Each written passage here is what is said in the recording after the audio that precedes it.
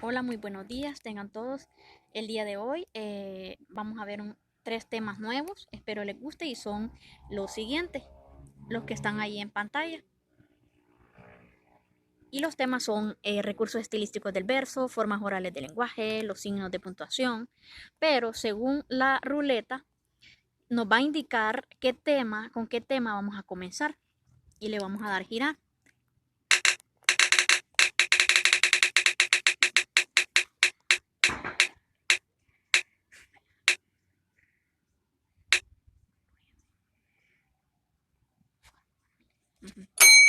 Y según la ruleta vamos a comenzar con el tema de las formas del lenguaje.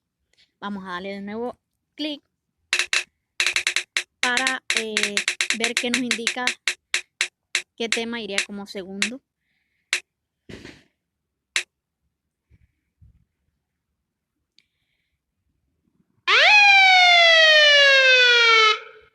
Y como segundo tema serían los recursos estilísticos. Bueno, entonces,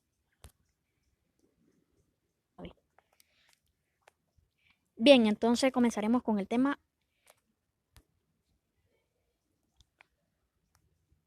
las formas orales del lenguaje. Ok, las formas orales del lenguaje.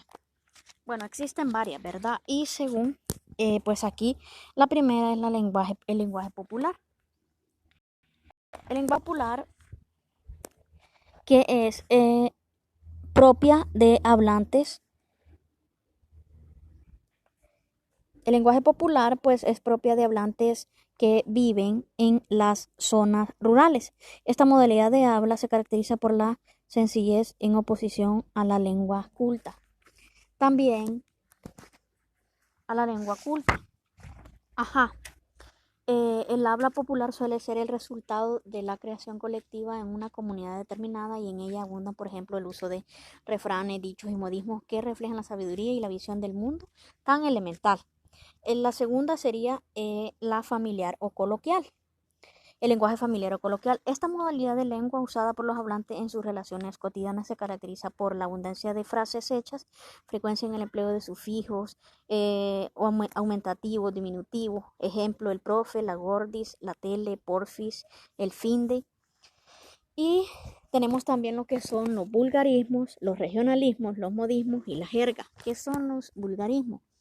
Son propios, son propios del habla de las personas incultas carentes de una educación formal que les permita utilizar adecuada y correctamente el sistema de una lengua. Ajá. Ejemplos como ser vinistes, trajistes.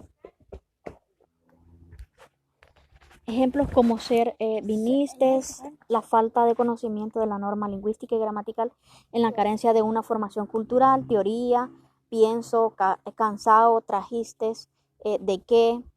Y el siguiente sería los regionalismos. Los regionalismos son palabras, significados o construcciones gramaticales de carácter propiamente local y por consiguiente ejemplos como ser, para decir un muchacho en Nicaragua se usa chaval, mientras que en Argentina se dice pibe.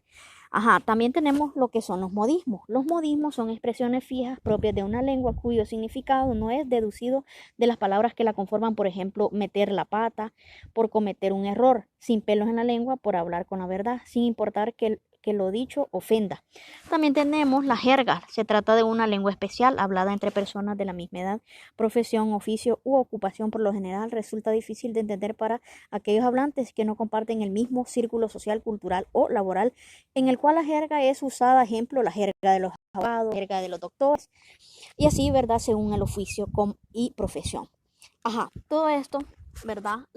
El lenguaje oral constituye una valiosa herramienta a través de la cual los seres humanos interactúan o se relacionan. Cada uno de nosotros apropiamos diferentes términos según nuestro lugar de origen, con quienes nosotros nos relacionamos y así adaptamos esas palabras y las hacemos uso al momento de usar la comunicación. Mucha atención a lo siguiente. Esta es una actividad hecha en una aplicación, ¿verdad? Para aplicar lo aprendido del tema de la forma de lenguaje oral. Ajá. Esta, ¿verdad? Pues se les envió el enlace tanto en el grupo de WhatsApp como en la carpeta que se abrió por medio de Google Drive y se le envió al correo de email para que puedan participar también. Y pues esto van a participar para poder entender, ¿verdad? Y así probar y experimentar si aprendimos sobre el tema de hoy. Bien, el siguiente tema, el segundo tema que vamos a ver es sobre los recursos estilísticos que según la ruleta nos indicó. Ajá. Los recursos estilísticos del verso. ¿Qué son? Bueno, ¿qué incluye? ¿Y qué son? Bueno, una serie de elementos formales que se combinan con ciertos recursos expresivos como los siguientes: imágenes, tropos, figuras retóricas, figuras literarias. Ajá. ¿Qué son las imágenes? Las imágenes es una expresión de ideas abstractas por medio de formas sensibles o concretas. La figura retórica, ¿qué son las figuras literarias? Las figuras literarias son formas no convencionales de utilizar las palabras de manera acompañada de particularidades fónicas, gramaticales o semánticas. Ajá, ¿y qué son los tropos? Bueno, los tropos son figuras retóricas de pensamiento que consisten en el uso de una palabra con un sentido figurado. Muy interesante eso. Ajá, esta consta de tres categorías en donde van ahí los recursos, ¿verdad? Como tenemos los recursos fónicos, los recursos morfosintácticos y los recursos semánticos. Los que están aquí son los que nos competen hablar a nosotros. Ajá. Estos recursos el autor se apodera para poder embellecer la palabra y lo que escribe y así llamar la atención del lector. Ajá. Tenemos de primera la aliteración. Tenemos la aliteración.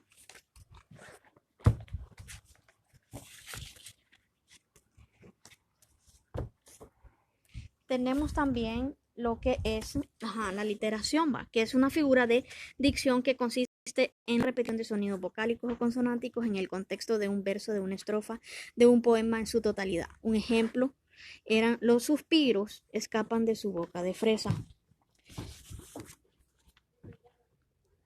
En los recursos morfosintácticos tenemos el hiperbatón. ¿Qué es el hiperbatón? Pues es una figura de construcción que consiste en alterar el orden gramatical de los elementos o palabras que forman parte de un verso. Ejemplo, en su voz gravita el porvenir. Ajá.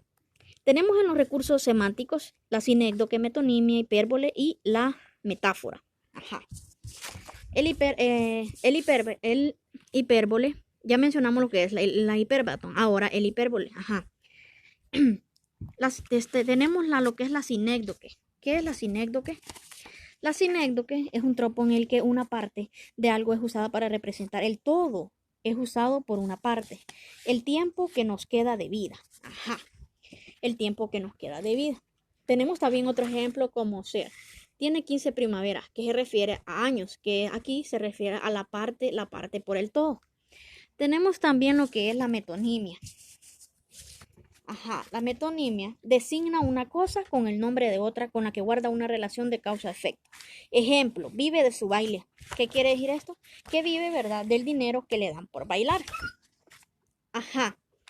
Tenemos también lo que es la hipérbole. También otra figura muy bonita y que también es usada por diferentes escritores.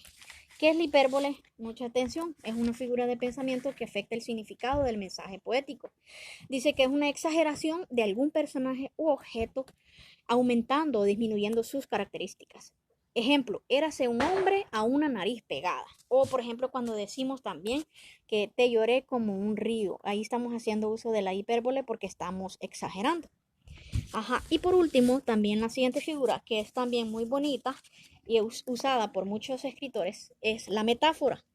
¿Qué es la metáfora? Consiste en establecer una identidad entre dos términos y emplear uno con el significado de otro, basándose en una comparación no expresada entre las dos realidades. Ejemplo, la risa de mi abuela es un manantial de alegría.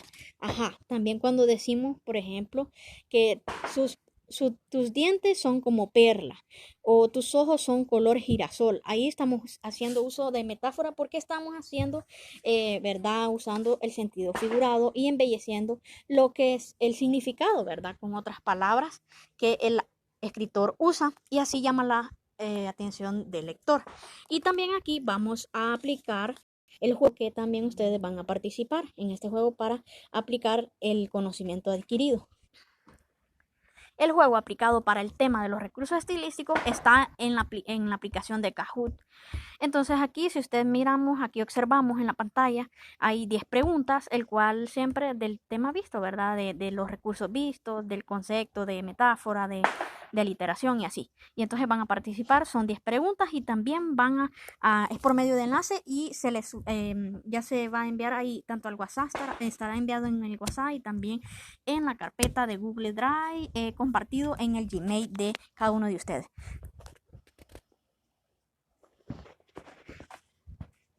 Bien, el siguiente tema que vamos a ver también, que sería el tercer tema, es el de los signos de puntuación. Signos de puntuación.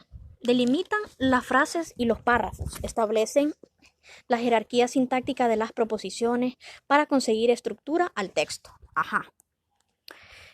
Tenemos como cuáles, la coma, el punto y coma, 2 puntos, signos de interrogación, signos de admiración. ¿Qué es la coma? La coma es un signo que indica una pausa breve, se usa para separar y hacer pequeñas pausas en un texto. Ejemplos, en una secuencia de hechos. Armaron las bolsas, abrieron la puerta y antes de darse cuenta ya estaban en el viaje. También es una enumeración. Ejemplo, faltaría que traigan platos, cubiertos, gaseosa y vino.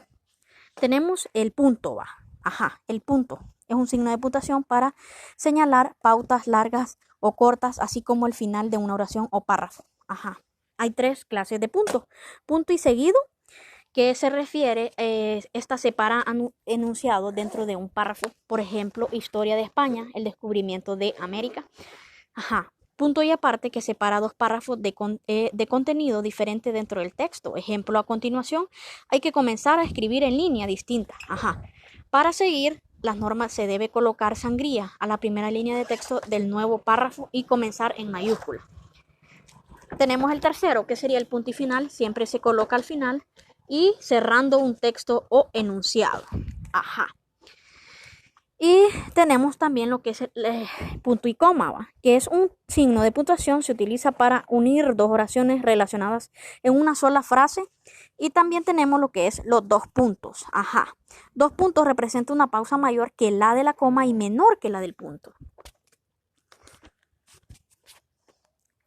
También tenemos por último los signos de interrogación, como su palabra lo dice, usados para hacer una pregunta. O hacer pregunta, ¿verdad? Ejemplo, ¿cuántos años tienes?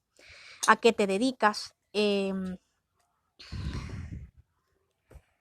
Y tenemos los signos de exclamación que señalan el carácter exclamativo.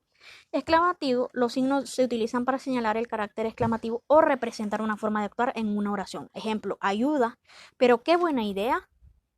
Y este sería el tercer tema y el siguiente juego que vamos a presentar en la pantalla, ese es el que pertenece para aplicarlo a este tema y a ver cuánto hemos aprendido. Y el juego aplicado para el tema de los signos de puntuación es el siguiente, que es en PowerPoint. Entonces aquí también se les enviará por medio de WhatsApp el documento de PowerPoint para que participen. También en Google Drive. Vamos a ver. Algo que identifiquen ahí es una pista, ¿verdad? Que si puse 3 cuadros es porque indica algo, ¿verdad? Y según la instrucción, ¿verdad? Que hay que mover los cuadros y armar un X0 de acuerdo al concepto y el tipo de signo de puntuación.